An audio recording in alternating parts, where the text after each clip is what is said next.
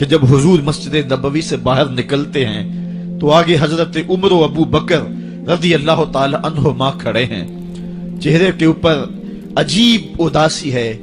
کہا عمر، ابو بکر اس وقت کیوں کھڑے ہو؟ عرض کی حضور بھوک نے گھر میں ٹکنے نہیں دیا، ہم نے چاہا حضور کا چہرہ دیکھ لیں تو کچھ پیاس بجھ جائے، کچھ بھوک مٹ جائے۔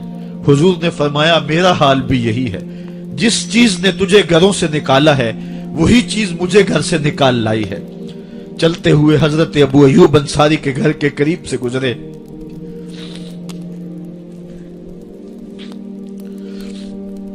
حضور کی خوشبو پا کے وہ باہر آ گئے۔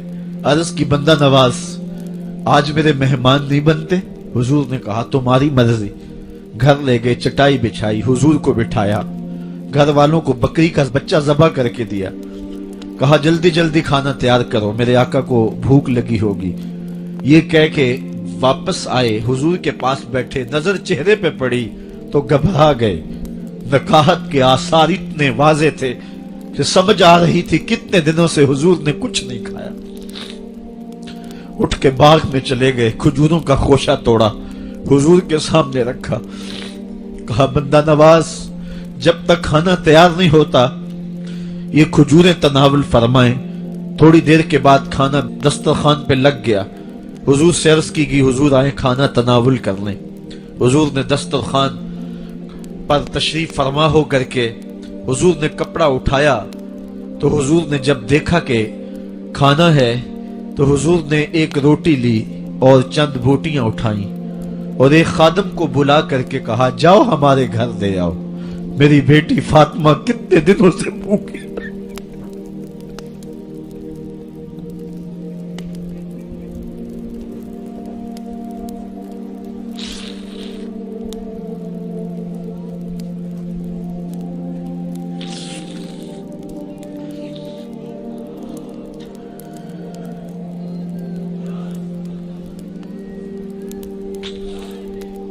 کہا جاؤ ہمارے گھر دے آؤ، میری فاطمہ کتنے دنوں سے بھوکی بیٹھی ہوئی ہے۔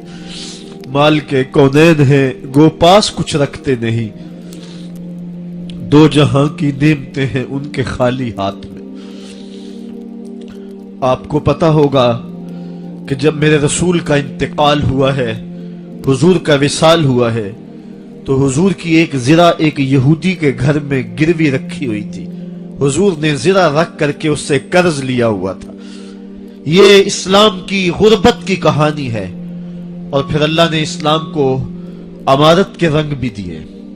آؤ تمہیں کہانی سناؤں۔ حضرت عدی بن حاتم روایت کرتے ہیں، صحیح بخاری میں روایت ہے، یہ حاتم تائی کے بیٹے ہیں، کہتے ہیں میں حضور کی خدمت میں حاضر ہوا، ایک شخص آیا کہنے لگا حضور غربت نے میرا برا حال کر دیا ہے، اور اس نے شکایت کی غربت کی، پسماندگی کی اور اپنی معاشی بدحالی کی۔ پھر ایک شخص آیا کہنے لگا حضور میرے پاس دولت تو ہے لیکن میں نے جس منزل پہ جانا ہے راستہ پر خطر ہے، تو میرے لیے کیا حکم ہے کہ میں کیسے راستہ طے کروں؟ تو یہ دو لوگوں نے یہ باتیں کی تو حضرت عدی کہتے ہیں کہ حضور نے روئے سخن میری جانب موڑا اور میری جانب مخاطب ہو کے کہا عدی تو نے ہیرا دیکھا ہے؟ عدی کہتے ہیں میں نے عرض کی حضور دیکھا نہیں، سنا ہے، ہیرا یہ شہر ہے عراق کا۔ تو حضور نے فرمایا عدی تو نے ہیرا دیکھا ہے؟ میں نے کہا نہیں حضور دیکھا نہیں، اس کا تذکرہ سنا ہے۔ فرمایا عدی اگر اللہ تجھے زندگی کی مہلت دے تو ہیرا سے ایک خاتون چلے گی، تو اپنی آنکھوں سے دیکھے گا اور مکے تک پہنچے گی اور اللہ کے گھر کعبہ کا طواف کرے گی، اور اس کو ہیرا سے لے کر کے مکے تک اللہ کے علاوہ کسی کا ڈر نہیں ہوگا۔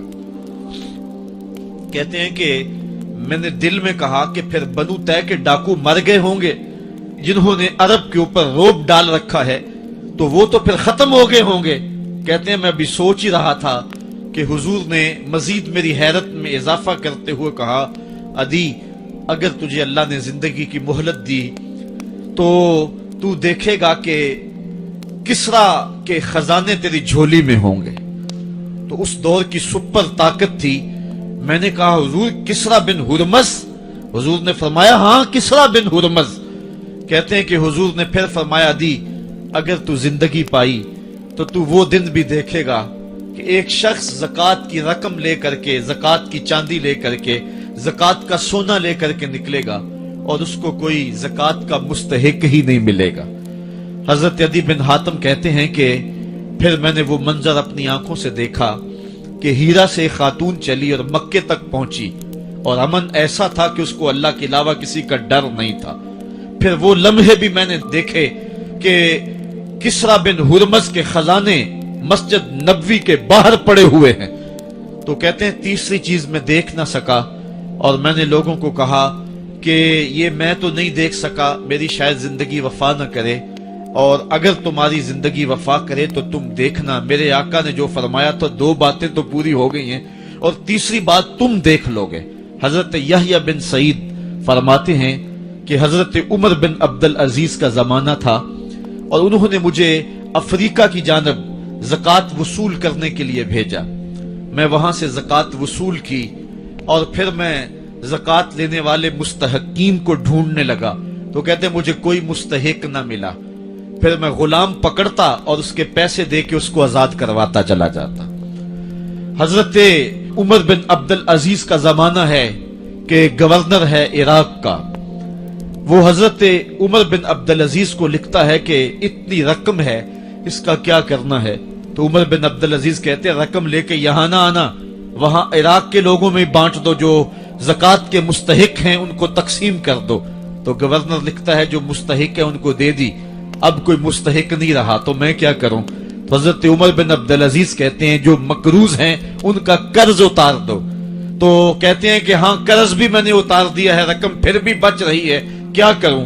तो हजरत उमर बिन अब्दुल अजीज ने फिर लिखा जो शख्स शादी करना चाहते हैं उनका हक मेहर अदा कर दो। मैंने कहा कि वो भी कर दिया है, रकम फिर भी बच गई, अब क्या करूं। तो हजरत उमर बिन अब्दुल अजीज ने मुझे लिखा कि जो गैर मुस्लिम हैं जिन्होंने टैक्स दिया हुआ है, जितना टैक्स दिया है उससे दुगने पैसे उनको कर्जे में दे दो और उनको कहो जाओ इसका कारोबार करो, खेती बाड़ी करो, और साथ उन्हें यह भी कह देना कर्ज की फिक्र ना करना और ज्यादा इसमें परेशान ना होना, जब दे सकोगे दे देना। ये दौर भी फिर इस्लाम ने देखा और ये घड़ियां भी देखी जब चिथड़े पहने हुए थे, जब पैबंद लगे लिबास पहने थे, जब पेट में डालने के लुकमा भी नहीं था। अल्लाह का दीन उस वक्त भी गालिब था और जब गलियों के अंदर रेशम बिखरा हुआ होता था कोई उठाने वाला नहीं था, दीन उस वक्त भी गालिब था। दीन का गालिब होना या ना होना इसका ताल्लुक जो है वो मालो दौलत से नहीं है। इकबाल कहता है कि जवाल बंदाए मोमिन का बेजरी से नहीं, मोमिन का जवाल बेजरी से नहीं है बल्कि इसका सबब कोई और है। वो सबब ढूंढना है कि हम दुनिया में रुस्वा होके क्यों रह गए, हम जमाने के सामने तमाशा क्यों बन के रह गए। आज नबी की उम्मत पूरी कायनात में रुस्वा होके क्यों रह गई। आज हमारा तमाशा देखा जा रहा है, आज भूखे कुत्तों को हमारी बेशुर बहनों के ऊपर छोड़ा जा रहा है और उसका तमाशा देखा जा रहा है। क्या हमने ये दिन भी देखने थे। हमने सुराग लगाना है। दौलत की किल्लत और कसरत ये सानवी चीजें हैं। हमने तारीख में देखा है हम कभी माली तौर पे कमजोर थे, रुस्वा नहीं हुए हैं। माल ज्यादा हो गया, रुस्वा नहीं हुए हैं। रसवाई के सबब कोई और हैं। आइए तुम्हें कहा जो लोग कहते हैं इमाम हुसैन करबला में क्यों गए, मैं उन्हें कहता हूँ इमाम हुसैन हुजूर की गोद के पाले हुए थे, कमजोर ईमान वाले नहीं थे कि दिल में ही कुड़ते रहते और जुल्म को और जबर को और ज्यादती को और नाइंसाफी को हाथ और जुबान से ना रोकते। हजरत इमाम हुसैन के खुतबे देख लीजिए, कदम कदम पे खुतबे दिए। आपने फरमाया मैं सैर सपाटे के लिए नहीं जा रहा और ना ही मैं तख्तो ताज हासिल कर लूंगा, मैं अपने दादा की उम्मत की इस्लाह के लिए जा रहा हूँ। जब शरीयत का मजाक उड़ाया जा रहा है, शरीयत की शक्ल बदली जा रही है, खिलाफत का रिश्ता कुरान से टूट गया है, यजीद उस सारे नज़म को बदल रहा है, तो क्या नबी का नवासा जिसको हुजूर ने गोद में पाला हो वो खामोश होके बैठ जाए।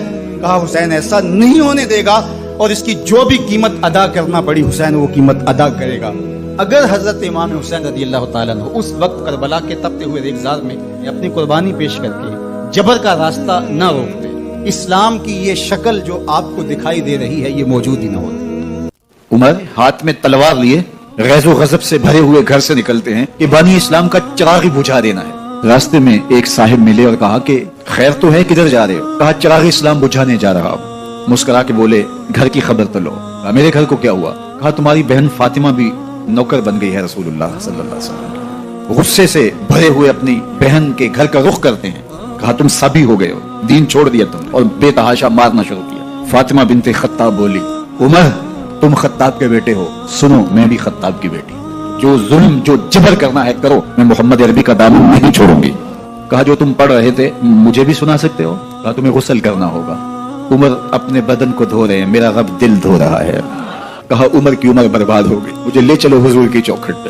حضور کے سامنے جا کے بیٹھ گئے۔ عمر ابھی وقت نہیں آیا کہ تم اسلام لے آؤ؟ یہی وقت تھا عمر کے اسلام لانے کا۔ لبوں پہ کلمہ جاری ہو گیا۔ اللہ اکبر کی صدا اس زور سے گونجی کہ مکے کی گلیاں گونجنے